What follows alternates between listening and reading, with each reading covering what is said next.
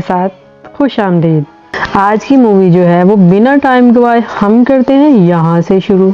तो नाजरीन और हाजरीन, कहानी शुरू होती है एक इंग्लिश साइंसदान से जो कि टाइम मशीन बनाना चाहता है। टाइम मशीन बना के दरअसल वो अगले और पिछले ज़माने में जाना चाहता है और ये देखना चाहता है कि पिछले ज़माने में क्या हुआ था और आने वाले ज़माने में क्या होगा, क्योंकि इतनी तो इंसान की लंबी उम्र नहीं होती है कि वो हज़ारों साल जिए और फिर अगली और पिछली दुनिया में लोगों को बता सके कि 1000 साल पहले क्या हुआ था और 2000 साल पहले क्या हुआ था। ये साइंसदान काफ़ी मेहनती था। अपने ही एक बड़े सारे घर के अपार्टमेंट में इसने अपना सारा सामान रखा हुआ था और सारा दिन ये कोई मैथमेटिक की कैलकुलेशन करता रहता, सवाल सॉल्व करता रहता। लेकिन यहीं पर इसकी एक महबूबा भी थी जिससे वो बहुत प्यार करता था। उसकी महबूबा उसका इंतज़ार करती रहती, लेकिन साइंसदान साहब तो हर वक्त बिजी रहते थे। मसूफ का नाम था अलेक्जेंडर। अलेक्जेंडर दिन रात चीज़ों को ठीक करने में अपना दिमाग लगाता रहता। उसके एक दोस्त की गाड़ी ख़राब हो गई और फिर उसने उसकी गाड़ी जो थी वो ठीक कर दी। और उसकी महबूबा जो उससे बहुत प्यार करती थी वो उससे मिलने के लिए गया। फिर वो अपनी महबूबा से मिला, दोनों आपस में बातें कर रहे थे कि उसी दौरान एक डाकू आता है। वो उनसे कहता है तुम्हारे पास जो कुछ भी है वो निकाल दो। वो सब कुछ निकाल देते हैं, लेकिन वो कहता है अपने हाथ में पहनी हुई रिंग भी दो। तो उसकी महबूबा कहती है मैं रिंग नहीं दूंगी, ये तो मुझे बहुत प्यारी है, मैं हर किस भी ये रिंग नहीं दूंगी। तो जनाब इस डाकू को आता है शदीद गुस्सा और वो शूट कर देता है। वहीं पर उसकी महबूबा की डेथ हो जाती है और फिर वो डाकू कहता है क्या हुआ, ये तो एक रिंग ही थी। डाकू तो वहां से चलता बनता है, लेकिन जो मिस्टर अलेक्जेंडर हैं वो हो जाते हैं परेशान, अपनी महबूबा को अब वापस कैसे लेकर आए। बेशक वो जितना मर्जी मसरूफ रहता था लेकिन अपनी महबूबा से बहुत प्यार करता था। यहीं पर नाजरीन आखिरकार 4 साल के इंतहा कोशिशों के बाद अलेक्जेंडर ने कर ली टाइम मशीन तैयार। अब वो मशीन में बैठता है और वापस जाता है 1899 में। 1899 में वो अपनी महबूबा से दोबारा मिलता है, उसको देखकर हैरान रह जाता है। वो भागता हुआ लेकर जाता है उसको उसी तरफ जिस तरफ डाकू था। फिर उसके जहन में आता है नहीं नहीं यहाँ पर हमें डाकू मिलेगा।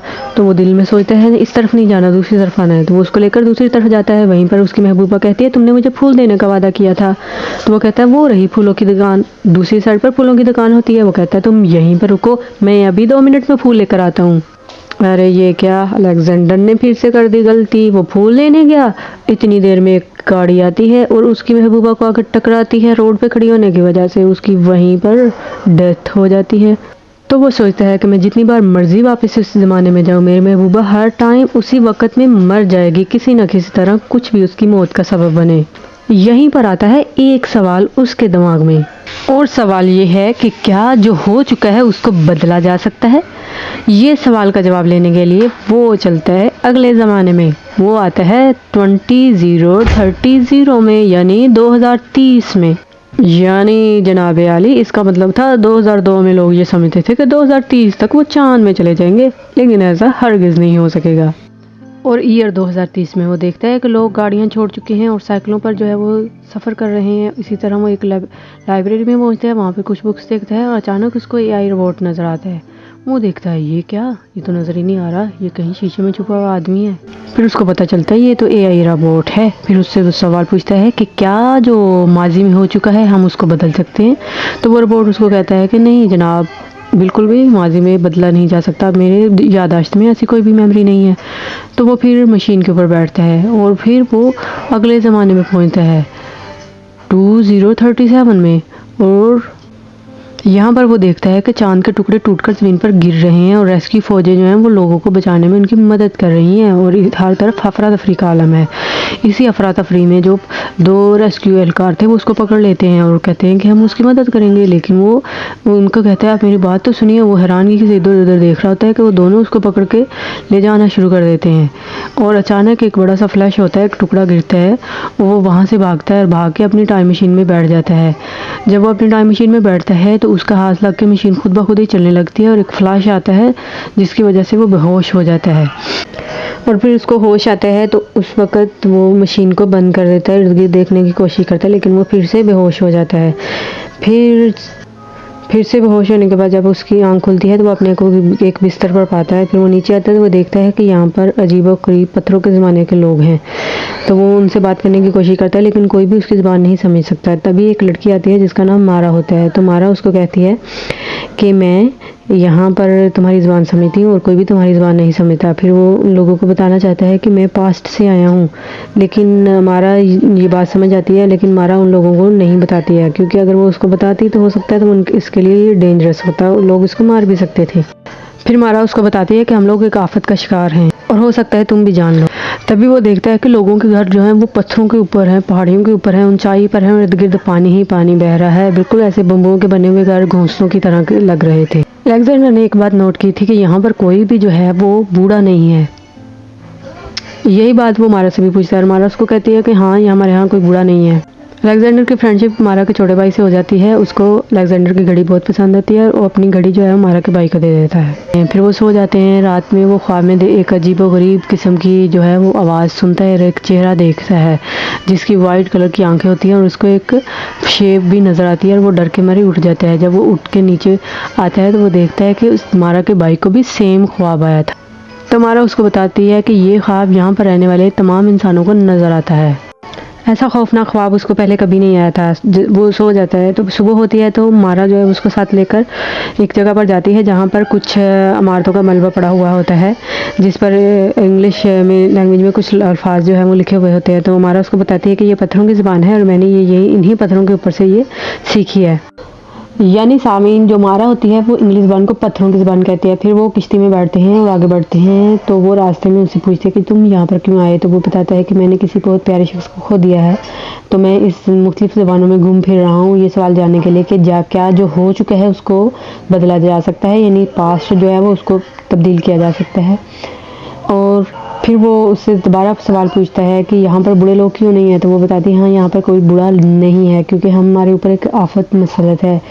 फिर वो इसी तरह बातें करते हुए टाइम मशीन के पास पहुँच जाते हैं। जब टाइम मशीन के पास जब पहुँच जाते हैं तो मारा उसको कहती है कि तुम ऐसा करो कि जहाँ तुम जा रहे हो वहाँ पर मेरे छोटे भाई को भी ले जाओ, मेरा छोटा भाई तुम्हारे साथ बहुत ज़्यादा महफूज रहेगा। तो अलेक्जेंडर अभी उसको बात का जवाब ही नहीं दे पाता कि अचानक ढोल बजने की आवाज़ और नगाड़े बजने की आवाज़ शुरू हो जाती है और फिर अचानक एक अजीबो-गरीब किस्म की मखलूक जो है वो आके ऊंची आवाज़ में वो चीखें मारना शुरू हो जाते हैं। उनमें से एक जो है वो लेग्स पे अपनी हमला कर देता है। वो ज़मीन फाड़-फाड़ के उसके अंदर से निकल रहे थे, नगाड़े बजा रहे थे और फिर एक अपने मुँह के बीच में जो था वो नगाड़ा टाइप की कोई चीज़ लेता था जिससे तीर निकल कर लोगों को लग रहे थे। छोटे साइज़ के वो तीर थे जिसको वो तीर लग जाता था उसके पीछे वो क्रिएचर्स जो थी वो उसको लेकर ज़मीन के अंदर वो गायब हो जाते थे। आखिरकार वो चंद ही मिनटों में कुछ लोगों को लेकर ज़मीन के अंदर गायब हो गए और इसमें मारा भी शामिल थी। अलेक्जेंडर जो है वो कबीले वालों से मदद के लिए कहता है तो वो कहते हैं कि तुम इसमें मदद करना बेकार है क्योंकि हम इतने ताकतवर नहीं हैं कि इस मखलूक का सामना कर सके। अलेक्जेंडर मारा के भाई से पूछता है कि ये सब क्या है, तुम्हें इसके बारे में क्या पता है। मैं मारा को ज़रूर वापस लाऊंगा, मैं तुमसे प्रॉमिस करता हूँ। तो मारा का भाई उसको बताता है कि मुझे तो कुछ नहीं पता, हाँ मुझे एक पता है कि यहाँ पर एक भूत है, वो एक भूत रहता है, मैं तुम्हें इस भूत के पास ले जा सकता हूँ, हो सकता है वो भूत तुम्हारे सवालों का जवाब दे दे। मारा का भाई उसको लेकर ज़मीन में अंडरग्राउंड जाता है जहाँ पर वो देखता है वहाँ पर वही जो है वो लाइब्रेरियन AI रोबोट मौजूद है जो कि अलेक्जेंडर को देखते सारे ही पहचान लेता है कि 2030 में मैंने तुम्हें देखा था, तुम वही साइंसदान हो। तो वो कहता है कि हाँ वाह तुमने मुझे पहचान लिया। तो फिर वो उसको बताता है कि यहाँ पर ये कैसे हो सकता है, ज़मीन पर एक ही किस्म के दो क्रिएचर किस तरह रह रहे हैं। तो वो फिर उसको बताता है कि हज़ारों लाखों साल पहले जब ज़मीन टूट गई कुछ लोग जो थे उन्होंने ज़मीन पर रहना ही पसंद किया और कुछ लोग ज़मीन के नीचे चले गए। जो ज़मीन पर रहने वाले लोग हैं यही लोग हैं, यानी मारा के कबीले के लोग, और जो ज़मीन के नीचे चले गए ये वही लोग थे जिनको पकड़ने आए थे। और फिर AI रोबोट उसको बताता है कि ज़मीन के नीचे रहने वाले लोग जो हैं वो ताकतवर बन चुके थे और वो आदमखोर भी बन चुके थे और वो सूर्य की रोशनी में यानी रोशनी में वो बाहर नहीं आ सकते थे। ये सारी मालूमात लेने के बाद अलेक्जेंडर जो है वो वहाँ से चलना शुरू हो जाता है गुड बाय कहकर AI रोबोट को, और फिर वो अपने ख्वाब में नजर आने वाले बड़े सारे दांतों वाले जो ओपन माउथ दरवाज़ा है उसके तक पहुँचता है, फिर उसके अंदर घुस जाता है। वहाँ पर वो देखता है कि यहाँ पर तो जो है वो सुरंगों का जाल बिछा, और ये जो सुरंगों का जाल बिछा हुआ था इसी में वो देखता है उसको वही आदमखोर नजर आते हैं, हर कोई अपना अपना काम कर रहा है। बढ़ता है कि अचानक ही उसका पाँव जो है वो फिसल जाता है और वो जो है वो तालाब में गिर जाता है। जब वो तालाब में गिरता है तो तालाब में हर तरफ उसको इंसानी ढांचे हड्डियाँ नज़र आती हैं। एक आदमखोर अलेक्जेंडर को खींचना चाहता है ऊपर और उसको खाना चाहता है, लेकिन अलेक्जेंडर उससे बचकर आगे जाता है। वो देखता है कि जो मारा है वो ज़िंदा है और एक पिंजरे में कैद है। वो उससे बात करने की कोशिश करता है, लेकिन वो उसकी कोई बात का जवाब नहीं देती। वो किसी ऐसे महलूम में होता है जैसे किसी शहर में, यानी उसको हिप्नोटाइज़ किया गया है। तभी वो पीछे से आवाज़ सुनता है। वो कहता है कि जो हम में से ताकतवर हैं वो, यानी जिनसे तुम मिल चुके हो, और कुछ हम में से अक्लमंद हैं वो, जैसे कि मैं, और मैं सबसे ज़्यादा अक्लमंद हूँ, तो मैं इनका बादशाह हूँ। तो हर कोई अपनी अपनी जो है वो ड्यूटी सरअंजाम दे रहा है। तुम बताओ तुम यहाँ पर क्या करने आए हो? तो अलेक्जेंडर उससे कहता है कि तुम क्या चीज़ हो? तुम ज़मीन के नीचे छुपकर अपने जैसे इंसानों के ऊपर जुल्म सितम कर रहे हो, उनको खा रहे हो। ये क्या का इंसाफ है? तुम तो एक शैतान हो, तुम यहाँ पर किंग नहीं हो, तुम शैतानियत फैला रहे हो। ये बात सुनकर वो जो वाइट बालों वाला किंग होता है उसको आ जाता है गुस्सा। वो गुस्से में आकर अगले ही पल जो है वो उसके पास पहुंच जाता है और उसकी गर्दन पकड़ लेता है और उसको कहता है कि ऐसा हम जानबूझकर नहीं करते, ऐसा हमारी मजबूरी है। फिर उसके साथ ही वो उसका सारा जो है वो देख लेता है कि इसका मकसद क्या है यहाँ पर आने का। तो वो कहता है तुम्हारे सवाल का जवाब मैं देता हूँ, तुम यहाँ पर क्यों आए? तुम्हारी महबूबा कभी भी दोबारा ज़िंदा नहीं हो सकती है, माजी को कभी चेंज नहीं किया जा सकता है। और हाँ, तुम जो टाइम मशीन लगाने में तुमने सारा वक्त बर्बाद कर दिया, अगर तुम वो वक्त बर्बाद ना करते तो तुम अपनी महबूबा के साथ होते, तुम्हारे खुद दो खूबसूरत बच्चे होते। और फिर वो उसको डीप इमेजिनेशन में भेज देता है जहाँ वो देखता है वो अपनी बीवी के साथ है, उसके 2 बच्चे हैं खूबसूरत, और वो उसी जगह अपने घर पर बगीचे में खेल रहे हैं और वो टाइम मशीन के पेपर देख रहा है अपने हाथ में। फिर वो उसको कहता है कि तुम्हारा वक्त जो है वो ख़त्म हुआ, जाओ अपने समय में वापस लौट जाओ अपनी टाइम मशीन लेकर। और वो अलेक्जेंडर उसकी तरफ देखता है। अलेक्जेंडर मशीन में बैठ जाता है, उसको कर देता है फ्यूचर की तरफ ऑपरेट। और इसी दौरान जो आदमखोरों का किंग है वो कहता है ये लो अपनी घड़ी भी लेते जाओ। अलेक्जेंडर जैसे उसे घड़ी पकड़ता है, घड़ी की चेन उसके हाथ पर लपेट देता है। लपेटने के बाद उसको हैंडल में मशीन के में फंसा देता है।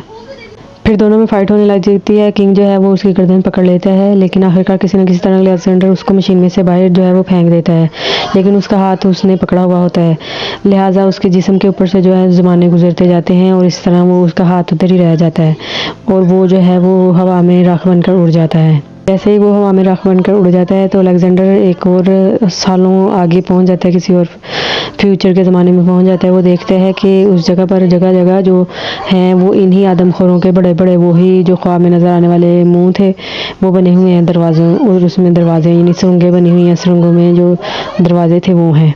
तो वो सोचता है कि शायद इस ज़माने में जो आदमखोरों ने इंसानों को मुकम्मल तौर पर तबाह करके इन पर कब्ज़ा कर लिया हुआ है ज़मीन पर भी। तो फिर वो वापस जाने का सोचता है। वो वापस उसी ज़माने में जाता है जहाँ पर वो आदमखोरों के किंग से मिला था। वहाँ जाकर वो अपनी मशीन को चलाकर उसके हैंडल में घड़ी को फंसा देता है और जो मारा होती है उसको साथ लेकर वो उसको कहता है कि जल्दी से जल्दी यहाँ से निकलो, ये ज़मीन यहाँ पर बहुत बड़ा धमाका होने वाला है। उसकी मशीन में से जो है वो रोशनियाँ निकलने लग जाती हैं और मशीन चलती रहती है। तो वो वहाँ से भागना शुरू हो जाते हैं। आदमखोर भी उनका पीछा करते हैं, लेकिन जब मशीन में से रोशनी निकलने लगती है तो सारे आदमखोर उसके इर्द गिर्द जमा होना भी शुरू हो जाते हैं और मशीन एक बॉल की तरह जो है वो चमक रही होती है। आखिरकार मारा को लेकर अलेक्जेंडर जो है वो बाहर निकलने में कामयाब हो जाता है। जैसे ही वो बाहर आ जाता है मशीन एक धमाके के साथ जो है वो उड़ जाती है। जैसे ही मशीन एक धमाके से उड़ जाती है वहाँ नीचे सुरंगें सारी तबाह हो जाती हैं, उसकी रोशनियों से आदमखोर भी जो है वो मर जाते हैं। इस तरह जो आदमखोरों का खात्मा हो जाता है। लेकिन अलेक्जेंडर जो है वो हमेशा के लिए इसी दौर में फंस जाता है, क्योंकि अब उसके पास कोई सामान भी नहीं है कि वो दोबारा से ये मशीन बना सके और दोबारा से वो किसी फ्यूचर ट्रैवल कर सके। में दिखाया जाता है कि एक तरफ उसी जगह पर अलेक्जेंडर और मारा और उसका भाई घूम रहे हैं, उसी तरफ उसकी मदर और उसका दोस्त घूम रहे हैं और उसकी मदर कह रही है कि पता नहीं अलेक्जेंडर कहाँ चला गया है और अभी तक वापस नहीं आया। तो दूसरी तरफ वो ये कह रहा था कि यहाँ पर मेरा घर होता था। इसके साथ ही मूवी ख़त्म हो जाती है। अगर आपको ये एक्सप्लेनेशन अच्छी लगी हो तो प्लीज़ चैनल को सब्सक्राइब ज़रूर कीजिएगा। अगर कोई मूवी की एक्सप्लेनेशन आप सुनना चाहते हैं तो उसका नाम नीचे मेंशन ज़रूर कीजिएगा। Bye bye.